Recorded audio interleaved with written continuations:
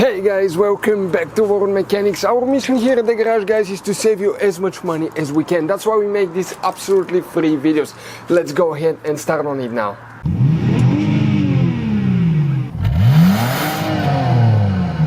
Today we're going to show you how to do an oil change on a Dodge Stratus or Chrysler Sebring with a 2.4 engine. This one is a 2006 model, the sedan. But it's the same from 2000 all the way until 2006, and you need to make sure that you have the Chrysler engine 2.4, not the one that they put in the coupe, which is a Mitsubishi, the 4G engine. All you're going to need is 5 quarts of oil of your choice, 5W30, and this is the oil filter that the customer supply. So the first thing that we'll need to do, we need to jack the car up on both sides. If you're doing it at home, that's how you do it. And always put jack stands on both sides.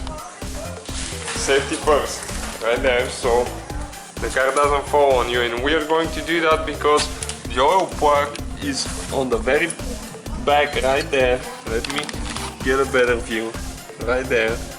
And when you jack the car up, you have room to get in there and drain the whole oil. If you jack only one side up, you'll be tilted and you won't be able to get all the oil out of the system. And you just unscrew the bolt. Okay, so you need a 13mm wrench to take the oil plug off. And we drain the oil already. It's dripping, just barely dripping a little bit, but now we can proceed and go ahead and put the oil plug back on.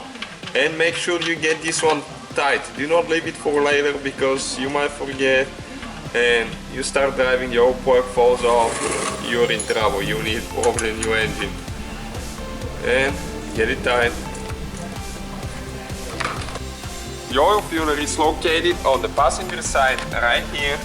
So you grab it with oil filter pliers, you get it loose. It's a very convenient location and it's vertical, so it means you will not be making too much of a mess. But always need a bucket because you need to collect the oil. Okay, and then you just unscrew the whole thing until it comes off the oil filter housing. Right there. Okay, now you get the new oil filter and some of the oil. Dip your finger in the oil and put oil on that rubber seal. This way, when you install the oil filter and after a few months when you are ready to change it, it will not be stuck on the housing. People sometimes forget to do that and the oil filter will be stuck big time and you have really hard time taking it off the housing. And now you just screw it by hand. Do not use any tools. Just as tight as you can by hand. And do not leave this one for later too. Just get it tight now. Okay, that's good. All we need to do now is you need to let the car down because we're now ready to add the 5-quart jug of oil that we have. And you just add the whole thing. You might need to use a funnel so you don't make a mess. Okay, we're almost done. Empty the whole jug, 5 quarts. Some jugs are 4 quarts, so make sure that you get a 5-quart jug. And it's almost always a better deal. Next thing, do not forget to put the oil cap back on. That happened in the past in the shop. So get this one tight, do not leave anything for later. Now put the dipstick, wipe it all the way. And then put it again, and we need to check the oil level before we start the vehicle. It will be probably a little bit too much because the oil filter hasn't taken any oil. As you can see, it's past the maximum mark. So now what we need to do, we need to go inside the vehicle and start it for about 1 minute, 30 seconds to a minute to make sure that the oil filter gets all the oil. And then you stop it and wait about a minute to get an accurate measure. Okay, we wait about a minute or two, so now you need to put the dipstick, wipe it again to get an accurate level reading and pull it out again. And okay, let me focus better.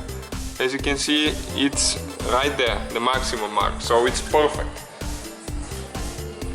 So you can actually put between 4.5 to 5 quarts in it. 5 you top it all the way up, but do not put more than that, because if you put too much you're going to damage the catalytic converter on the vehicle.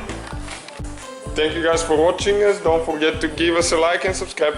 Hopefully guys the video was helpful. Please do not forget to comment, like, subscribe. That way we can keep making these absolutely free videos. Guys, we have more than 19,000 free repair videos on our YouTube channels that can, guys, save you thousands of dollars in future repairs. Check them out. Thank you guys for watching and see you next time.